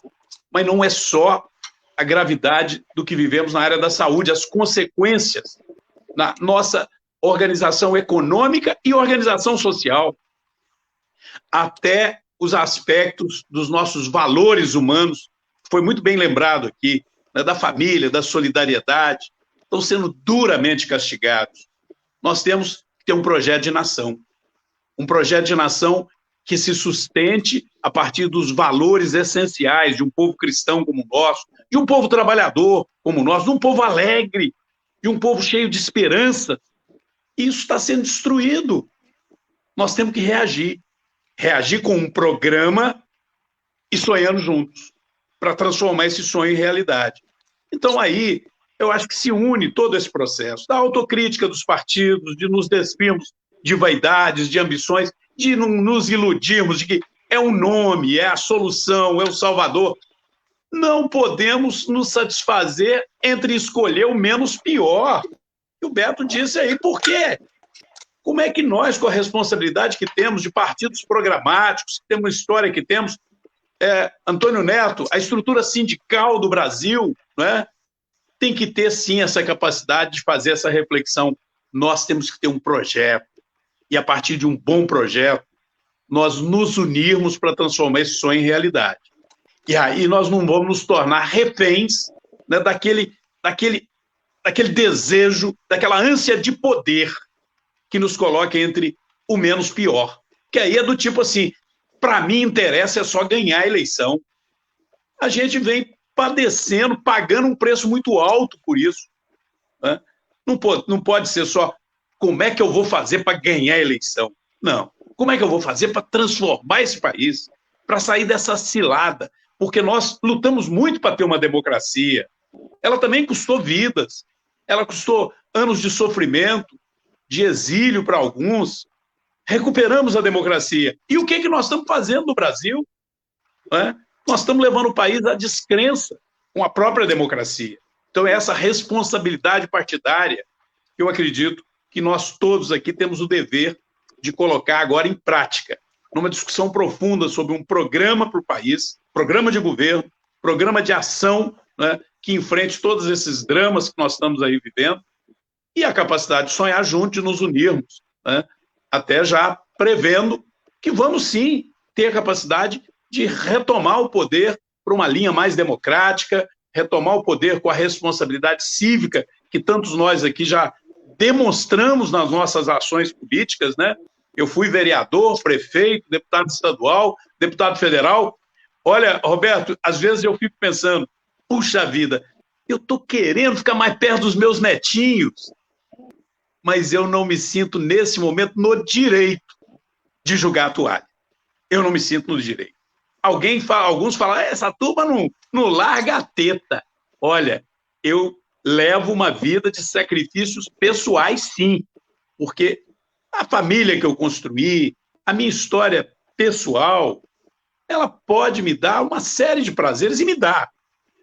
Mas a minha responsabilidade cívica com o país me impõe sacrifícios. Nós temos que passar isso para os nossos partidos. Inclusive fazendo uma avaliação entre nós de como é que nós podemos diminuir o custo do país, o custo da nossa estrutura como um todo, para ter mais dinheiro para aplicar lá na ponta, na saúde, na educação, que foi bem lembrado aqui, né, com a sabedoria, né, do Beto, dizendo, olha, sem educação, e do Lupe, lembrando lá o Brizola, lembrando Darcy Ribeiro. Eu, quando prefeito, fui uma das várias escolas que eu criei e construí em Virópolis, é Darcy Ribeiro. Hoje eu estava no FNDE porque eu criei, construí algumas e a Darcy Ribeiro está lá no aluguel até hoje. Eu fui prefeito na década de 90. Criei uma escola, uma de nome Paulo Freire, outra de nome Darcy Ribeiro. A Paulo Freire eu fiz, foi no mesmo ano. A Darcy Ribeiro terminou meu mandato. Não fizeram a escola até hoje. Paga aluguel, situação precária. Não pode ser esse o nosso projeto de país. Nosso projeto de país tem que priorizar o investimento lá na ponta. Nós gastamos dinheiro demais hoje aqui no Congresso Nacional, com os deputados, com os senadores, com a estrutura pública. Nós temos que gastar menos com os meios para gastar mais com os fins. E aí resgatar a credibilidade dos partidos e a credibilidade na política.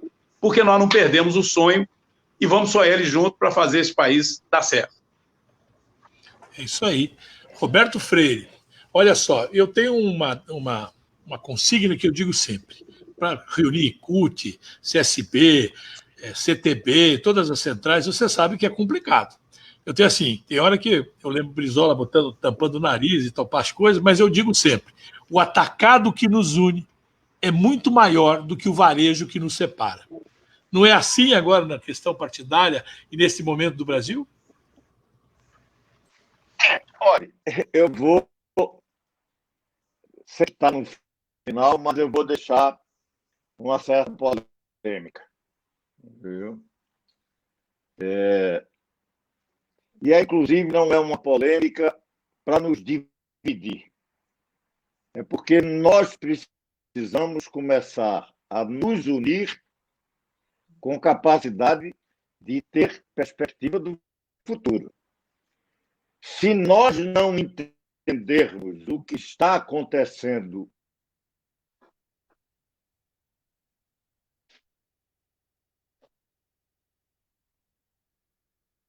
no momento, é disruptivo com a realidade que nós vivíamos.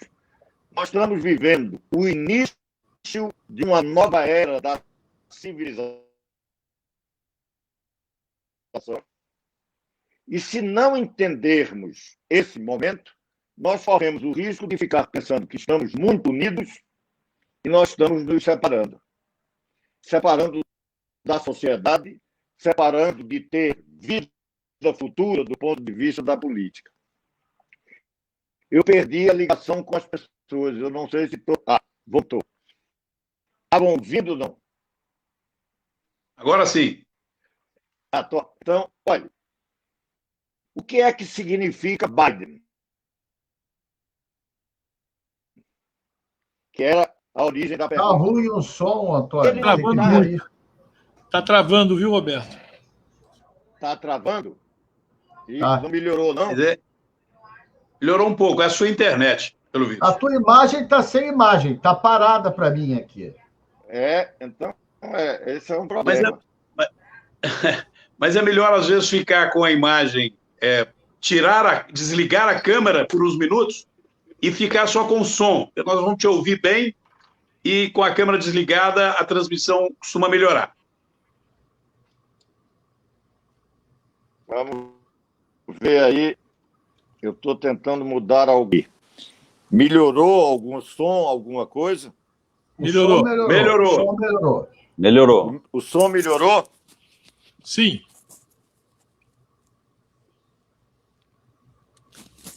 Estou tentando ver se melhora o som. Já está bom. Já melhorou. Melhorou, pode falar. Estamos te ouvindo bem. Então vamos lá. Olha, o que é que Biden significa com esse projeto que ele está fazendo?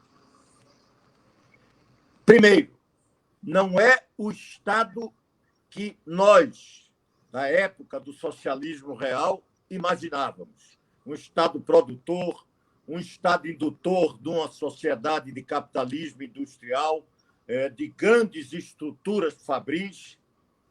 O que ele, inclusive, na campanha anunciou foi que a nova economia é uma economia sem carbono. Ou seja, apontando que até a indústria das 7 irmãs, que foi sempre algo que nos atemorizava em todo o período do século XX, não terá mais vez, pela economia limpa, pela questão da sustentabilidade e pela grande mudança que significa o mundo da automação, da robotização, do 5G, da inteligência artificial. Isso está promovendo... Caiu.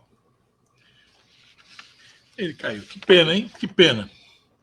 E nós já, depois da fala dele, nós vamos entrar para as considerações finais de vocês, porque eu estou preocupado aqui, já estamos a 1h40 no ar, são 8h49, o Lupe já está olhando essa televisão lá, se o time já entrou em campo. E essa live aqui, vocês sabem. É verdade. E essa live, você sabe. Veja a profundidade, como que todos os assuntos foram aprofundados, quer dizer, a resposta é muito importante. Então, eu queria, assim que ele voltar, a gente retoma a palavra dele, mas que o Walter, depois o Sávio, depois o Beto e o Lupe, a gente já caminhasse aí pelas suas considerações finais. E eu estou aqui profundamente agradecido a vocês e os 4 que participaram. O Lupe eu não vou fazer isso, mas os outros 4 eu vou mandar a trilogia da Era Vargas, escrita por Zé Augusto Ribeiro, um dos maiores trabalhistas que a gente tem. Eu vou fazer questão de chegar a cada um e todos para que vocês possam tê-lo. Sorrentino, suas palavras finais, agradeço. Você sabe que eu te quero muito bem, viu, meu amigo? A gente se conhece há muitos anos já, né? É verdade. Sou amigo de vocês. Olha, eu estou orgulhoso, muito feliz, apesar da tragédia nacional, de estar com vocês. Eu sinto aqui um sentimento irmão. Acho que nós precisamos, de fato... Estão ouvindo ou não? Estão me ouvindo? Agora tá. Deu aqui uma queda total, e não fui eu, não foi nada. Estão ouvindo agora? Isso é coisa do gabinete do ódio. Mas aí, olha, é que a nossa tecnologia está atrasada. É verdade. E a gente precisa tomar cuidado, por exemplo, para não se falar industrialização e ficarmos lá pensando que vamos ter substituição de importação. Isto é algo que não mais existe nesse mundo das cadeias produtivas globais. A China entendeu isso e está, neste momento da economia mundial, disputando hegemonia com os Estados Unidos. Mas não está disputando hegemonia dessa velha indústria, até porque, se não tomarmos cuidado, daqui a pouco a gente vai achar que, quando, na década de 50, substituímos importações, criando aqui no Brasil a indústria automobilística, essa indústria tenha futuro. Isto é o nosso passado. Essa transição nós precisamos começar a fazer, porque o que significa essa indústria não é a Ford que vai sair, não. É toda ela que vai acabar. Porque você já no mundo não começa a comprar em algumas indústrias automobilísticas do futuro nenhum mais automóvel de combustão como nós temos aqui. Já começam a não vender mais esse tipo de automóvel. E nós estamos atrasados em tudo. E eu me lembro, porque eu participei dessa luta, inclusive numa confusão tremenda na época da ditadura, nós comunistas, junto com o SNI, na defesa de uma indústria do Brasil da computação, a COF. E o que é que aconteceu? Nós atrasamos o Brasil não sei quantos anos, porque não construímos aqui. E lá fora se avançou e nós não sabemos. Nós não temos hoje capacidade alguma de estar participando, porque há muito tempo caímos nessa ideia de uma visão de nacional desenvolvimentismo, quando o mundo está com outra dimensão. Vá na China e veja o que a China pensa em termos de globalização. Não tem jeito. Realmente ele está sendo pego pelo gabinete do ódio. Acabou de ser derrubado pela China. Deixa eu terminar, então, que eu estava Então vai lá, dizendo. Lamento aqui pelo Roberto Freire, dizia da minha alegria, do meu orgulho de estar com vocês. De um sentimento que toma corpo em mim, que é esse, gente. Não tem nada mais importante nesse momento do que lutar pela vida e pela democracia, ou seja, contra a escalada autoritária que tem endereço certo, que é o bolsonarismo e seus atentados permanentes à vida e à democracia. Eu acho que, nesse sentido, nós temos muito a fazer. Olha, não está possível, possível, não. Nós estamos com tremenda dificuldade. Eu vou tentar terminar. Estava agradecendo a participação de todos, agradecer o convite, e acho que, repondo esse pacto democrático, ao mesmo tempo, como disseram quase todos vocês, a gente precisa encontrar os termos de irmos construindo convergências em prol do Brasil, da democracia e do povo. Acho que isso merece uma disputa legítima, saudável, democrática. Podemos ter ideias diferentes, mas eu acho que, acima de todos nós, de cada partido, dos seus interesses próprios e legítimos, às vezes exclusivistas também, hegemonistas, que seja, tudo bem, gente, mas nós estamos num momento dramático de disruptura, como diz o Roberto Freire, no mundo e no Brasil. Ou a gente toma o caminho do futuro, ou nós vamos navegar como uma nave à deriva. O país está à deriva. Eu acho que temos que discutir isso. Um programa, um projeto. O Ciro Gomes dá grandes contribuições. A experiência dos governos progressistas aí de 13 anos, com muitas limitações, erros, inclusive, mas também realizações em prol de distribuição de renda, que precisa ser levado em conta. A experiência do Nacional Desenvolvimento de outros tempos, os programas de nosso partido. Então, eu sou apóstolo disso aí. Vamos salvar essa situação do povo na tragédia que estamos vivendo e vamos debater programa. Se tivermos que disputar, vamos disputar nas urnas. O Brasil precisa começar a não pensar em fórmulas do passado. Não temos mais. Agora cortou de novo. Está difícil ouvi-lo, Roberto. Está difícil ouvir você, Roberto.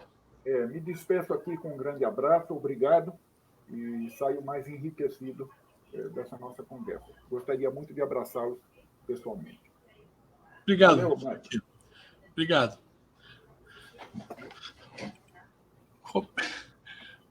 Roberto, você podia abrir seu microfone para a gente fazer o encerramento rapidamente?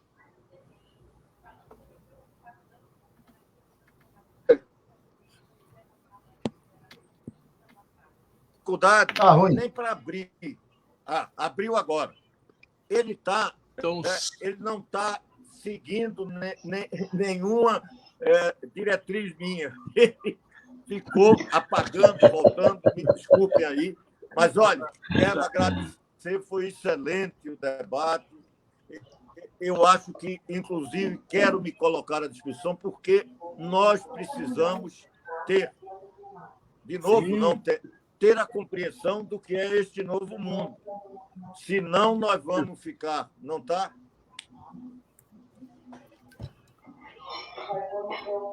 Tá bom, não tem.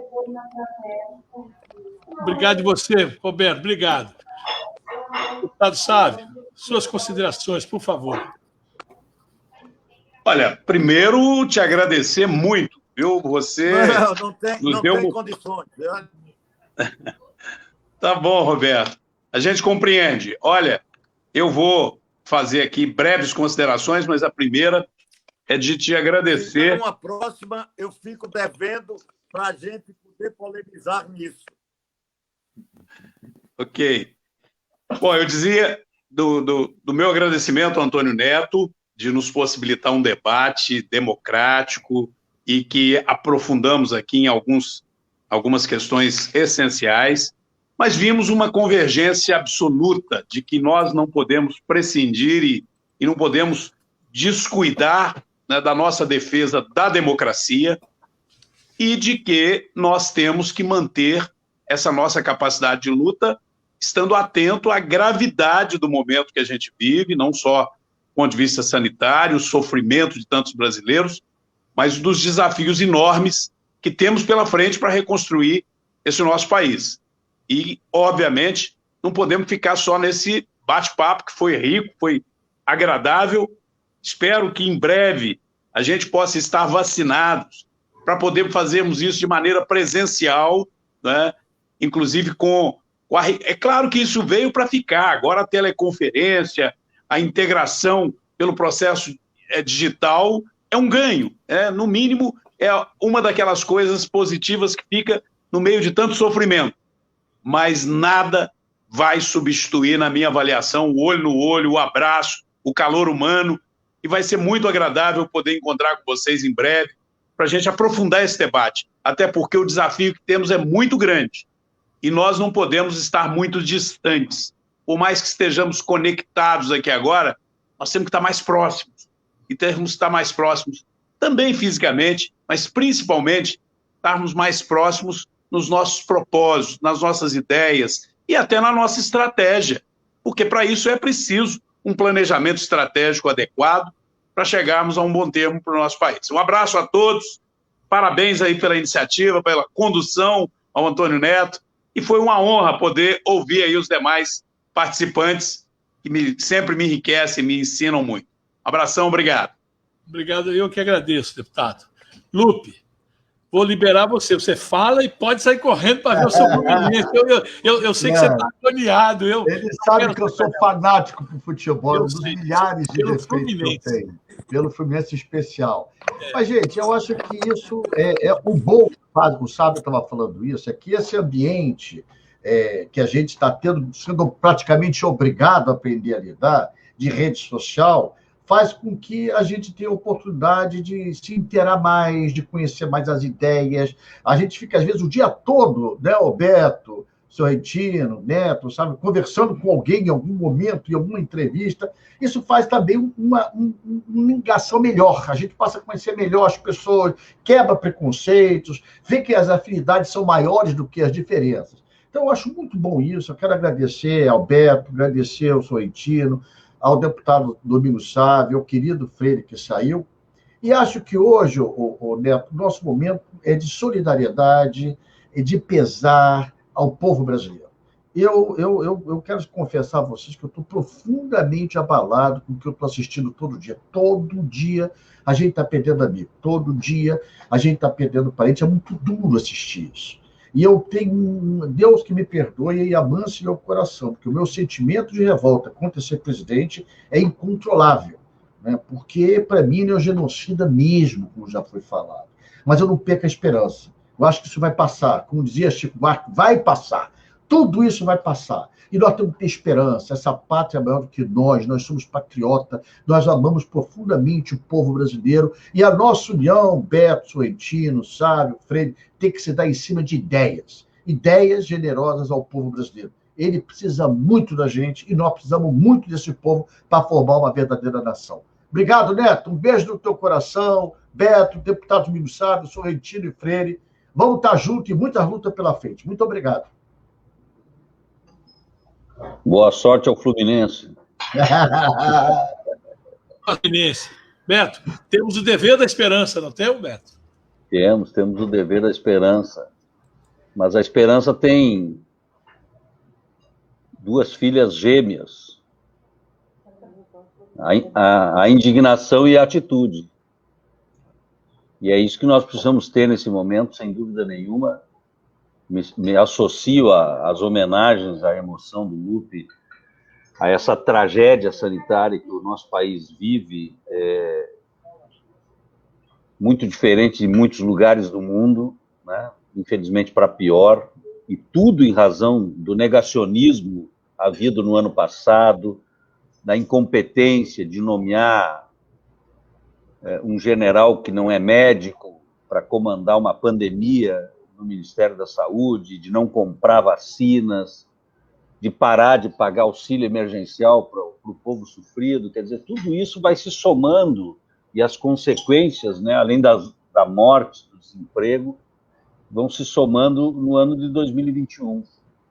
Então, a gente quer ter esperança, mas para isso a gente tem que ter indignação e muita atitude. Eu agradeço muito, Neto, meu amigo Antônio Neto, por esse convite, agradeço essa companhia maravilhosa, Lupe, Domingos Sávio, que bom te reencontrar por aqui, o Sorrentino, o Roberto Freire, que esteve conosco.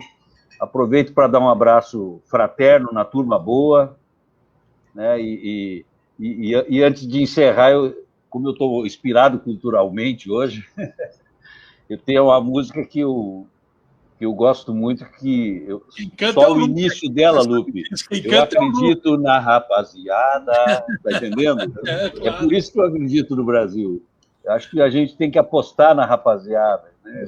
Um novo tempo, da construção de um novo tempo, onde a gente não fique escolhendo o menos pior, que a gente finalmente escolha o melhor, construa um plano, né, comum de desenvolvimento, faça a governabilidade, Sávio, como tu disseste, antes, porque lá dentro do Congresso a governabilidade custa muito caro. Né? Ela meu Fluminense, primeiro. Olha aí, mas já... Então, estou muito feliz de ter participado e vamos nos encontrar mais vezes, se Deus quiser. Um grande abraço, Antônio Neto. Obrigado, um abraço a todos. Eu que agradeço a todos vocês. Eu quero aproveitar aqui, primeiro, fazer também a minha solidariedade ao povo brasileiro nessa quadra tão difícil, nesse momento de todos os familiares, e, acima de tudo, também mandar um abraço para Tabata Ganga, uma companheira nossa aí da Turma Boa, aqui de São Paulo, nossa amiga, que faz aniversário hoje. Obrigado mais uma vez. Deputado Sávio, Beto Albuquerque, Carlos Lupe, foi uma honra inenarrável estar com vocês. Até a próxima. Obrigado, irmão. Tchau.